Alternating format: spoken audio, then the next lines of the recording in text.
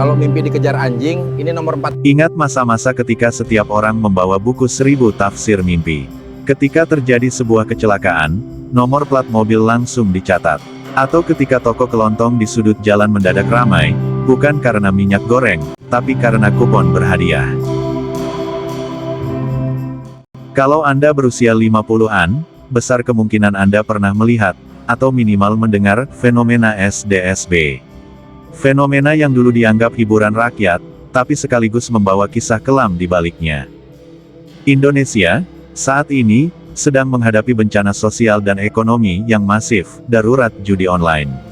Data menunjukkan bahwa dampak kerugian nasional akibat fenomena ini telah mencapai angka yang tak terbayangkan, menyentuh hingga 600 triliun rupiah. Dampak sosialnya telah melahirkan tragedi kemanusiaan yang mengerikan, lebih dari 10 kasus bunuh diri tercatat akibat jeratan utang judi, ribuan kasus perceraian terjadi, dan ratusan ribu anak-anak kini terjerumus dalam kecanduan. Krisis ini memaksa pemerintah untuk bertindak cepat, membentuk Satuan Tugas Pemberantasan Perjudian Daring melalui Keputusan Presiden Nomor 21 Tahun 2024. Namun, situasi darurat ini bukanlah kali pertama negara kita menghadapi krisis judi yang dilegalkan atau disponsori secara masif. 30 tahun lalu, di era Orde Baru, drama yang sama terjadi, sebuah program negara yang disamarkan, mengubah impian menjadi malapetaka, dari warung kopi hingga rapat kabinet. Program itu dikenal sebagai Sumbangan Dermawan Sosial Berhadiah atau SDSB. Bagi generasi yang berusia 50 tahunan, SDSB adalah memori kolektif tentang masa di mana negara seolah memberikan restu pada praktik tebak angka.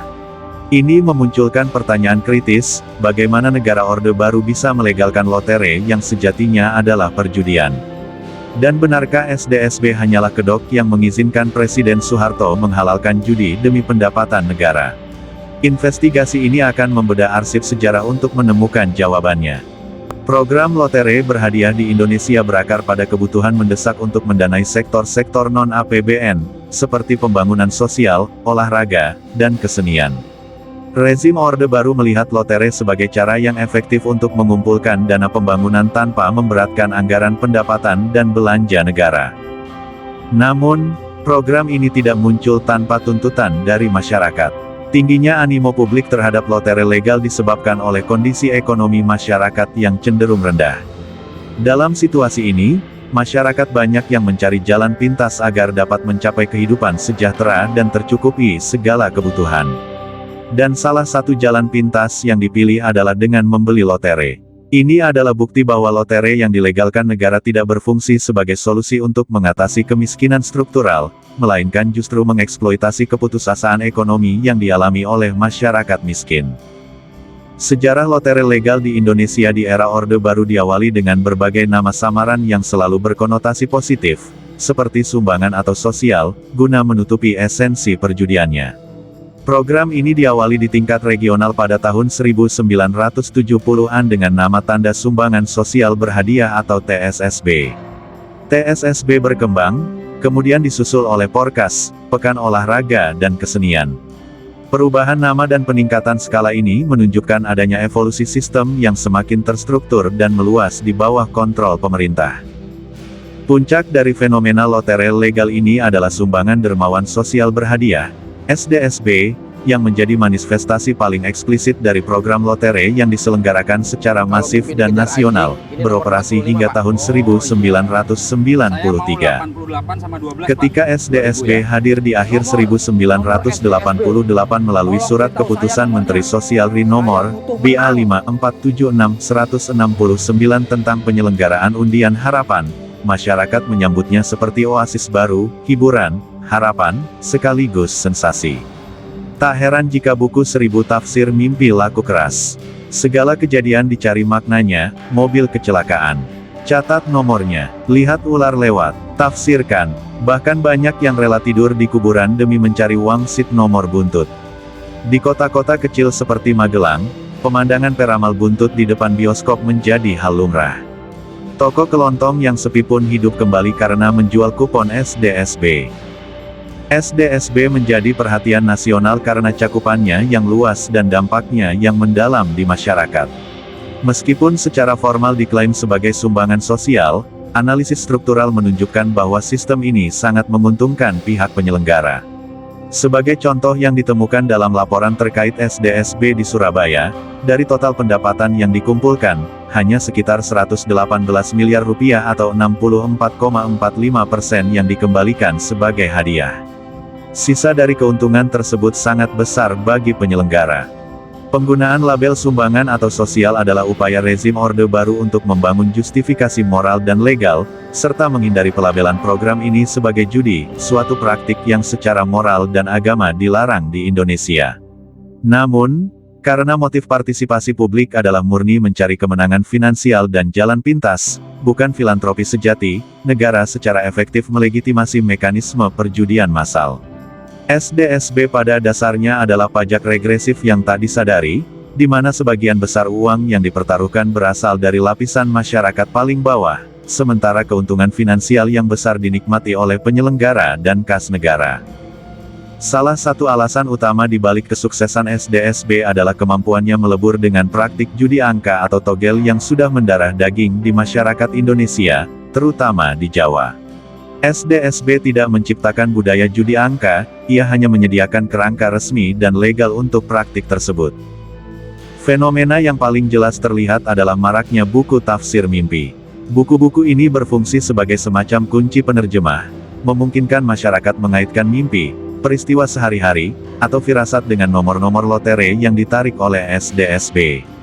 Penjualan buku-buku ini sangat masif, seperti terbukti dari keberadaan berbagai edisi yang beredar luas, seperti buku 1001 Tafsir Mimpi Joyoboyo yang mencakup interpretasi hingga angka 2, 3, dan 4 digit. Buku-buku tafsir mimpi ini seringkali menggabungkan referensi budaya dari Tiongkok, Jawa, dan Indonesia, dan diproduksi dengan kertas koran yang murah, namun memiliki tampilan yang menarik. Misalnya, sampul merah, menunjukkan betapa populernya alat bantu togel ini di kalangan masyarakat yang mendambakan keberuntungan. Dengan demikian, SDSB tidak hanya melegalkan transaksi judi, tetapi juga secara efektif melegitimasi budaya klinik dan tahayul sebagai jalan pintas untuk mencari rezeki. Rezim secara tidak langsung menvalidasi seluruh sistem bawah tanah togel dan interpretasi mimpi, menginstitusionalisasi pemikiran magis dan ketergantungan finansial jangka pendek, alih-alih mendorong etos kerja produktif. Tingginya animo masyarakat terhadap lotere legal menciptakan dampak sosial yang signifikan. Uang yang seharusnya digunakan untuk kebutuhan primer rumah tangga dipertaruhkan, menyebabkan fragmentasi sosial dan masalah ekonomi di tingkat mikro. Keresahan moral terhadap program ini muncul dari berbagai kalangan. Tokoh-tokoh Muslim dan Nasrani menyatakan keprihatinan mereka yang mendalam terhadap masalah sosial yang timbul akibat peredaran lotere tersebut. Hal ini menunjukkan bahwa dampak negatif dari SDSB tidak terbatas pada satu kelompok agama atau etnis tertentu, melainkan merupakan masalah struktural yang merusak moralitas dan stabilitas sosial secara luas. Meskipun menyadari adanya dampak sosial negatif dan keresahan moral ini, rezim Orde Baru terus melanjutkan program tersebut karena keuntungan finansial yang dihasilkannya sangat besar. Situasi mulai mencapai titik kritis ketika penolakan moral mendapatkan pijakan otoritas agama. Pada tahun 1991, Majelis Ulama Indonesia, MUI, mengambil sikap tegas. MUI mengeluarkan fatwa yang secara eksplisit mengharamkan SDSB. Keputusan ini didasarkan pada pertimbangan bahwa SDSB membawa lebih banyak mudarat daripada manfaat sosial yang diklaim. Fatwa MUI ini memiliki signifikansi politik yang luar biasa. Di bawah rezim Orde Baru yang sangat mengontrol opini publik, fatwa ini menjadi salah satu bentuk disiden moral yang paling kuat dan sulit diabaikan oleh pemerintah. Keputusan MUI mengubah narasi dari sekadar protes sosial menjadi kewajiban agama, memberikan basis moral yang kuat bagi penolakan massal. Fatwa MUI memberikan momentum politik yang sangat dibutuhkan oleh gerakan mahasiswa. Pada tahun 1993, gelombang protes menolak lotere legal ini semakin membesar.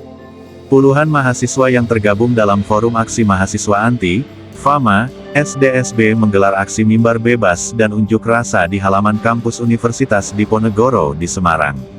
Mereka menuntut agar perizinan SDSB di Kota Madya Semarang ditolak, dan aksi ini kemudian dilanjutkan ke gedung DPRD Jateng. Klimaks dari perlawanan terjadi pada November tahun 1993 di Yogyakarta. Anies Baswedan menginisiasi demonstrasi mahasiswa yang melibatkan sekitar 13.000 massa. Demonstrasi ini tercatat sebagai salah satu demonstrasi mahasiswa terbesar di era Orde Baru. Kekuatan massa di Yogyakarta ini segera menginspirasi kota-kota lain untuk turut menolak SDSB. Penutupan SDSB adalah studi kasus klasik di Orde Baru, yang menunjukkan bahwa political will dari penguasa hanya terwujud ketika moralitas dan massa, yakni ulama yang didukung fatwa MUI dan mahasiswa yang terorganisir, bersatu untuk menciptakan ancaman terhadap stabilitas dan legitimasi rezim. Rezim Orde Baru, yang sangat sensitif terhadap ancaman stabilitas, terpaksa memilih antara pendapatan yang menggiurkan dan krisis legitimasi politik moral yang meluas. Tekanan dari gerakan mahasiswa dan ulama akhirnya membuahkan hasil. Pemerintah melakukan rapat kerja Komisi 8 DPR pada tanggal 25 November tahun 1993 untuk membahas perpanjangan izin SDSB. Berdasarkan hasil rapat kerja ini, SDSB secara nasional diberhentikan. Meskipun SDSB dihentikan, budaya togel dan pencarian angka gaib tidak hilang. Orde Baru hanya menghentikan bentuk legalnya. Keputusan politik pada tahun 1993 adalah solusi terhadap gejala politik, tetapi gagal mengatasi patologi budaya yang mendalam, yaitu ketergantungan pada skema cepat kaya dan tahayul.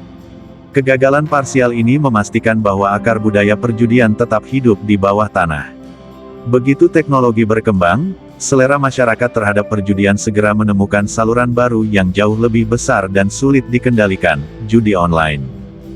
Kerugian ekonomi mencapai 600 triliun rupiah hari ini, jauh melampaui skala keuntungan SDSB di era 90-an. Selain itu, dampak humanis judi online sangat parah. Kecanduan telah menyebabkan kesulitan ekonomi yang ekstrim, memicu frustasi, depresi, hingga bunuh diri.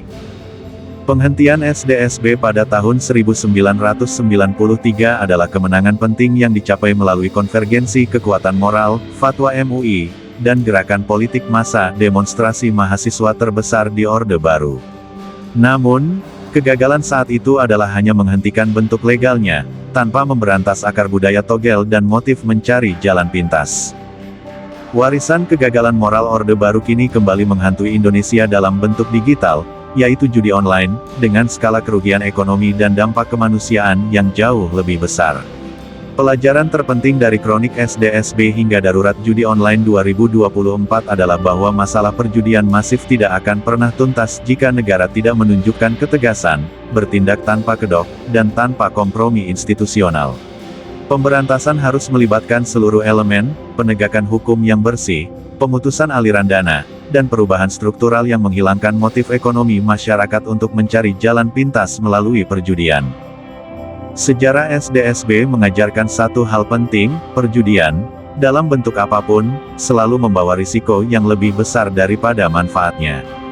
Dan kini, saat judi online merebak lebih luas dari SDSB dulu, sudah saatnya masyarakat kembali kritis, dan pemerintah bergerak lebih cepat. Aparat harus bergerak cepat. Jangan biarkan sejarah SDSB terulang dalam bentuk digital yang jauh lebih merusak. Sudah saatnya kita, sebagai masyarakat, kembali berpikir kritis, tidak ada jalan pintas menuju kekayaan. Bagaimana pendapat Anda yang pernah merasakan hype SDSB? Apakah judi online ini lebih parah? Tulis komentar Anda di bawah. Jangan lupa like, share video ini, dan subscribe untuk pembahasan sejarah kritis lainnya. Sampai jumpa.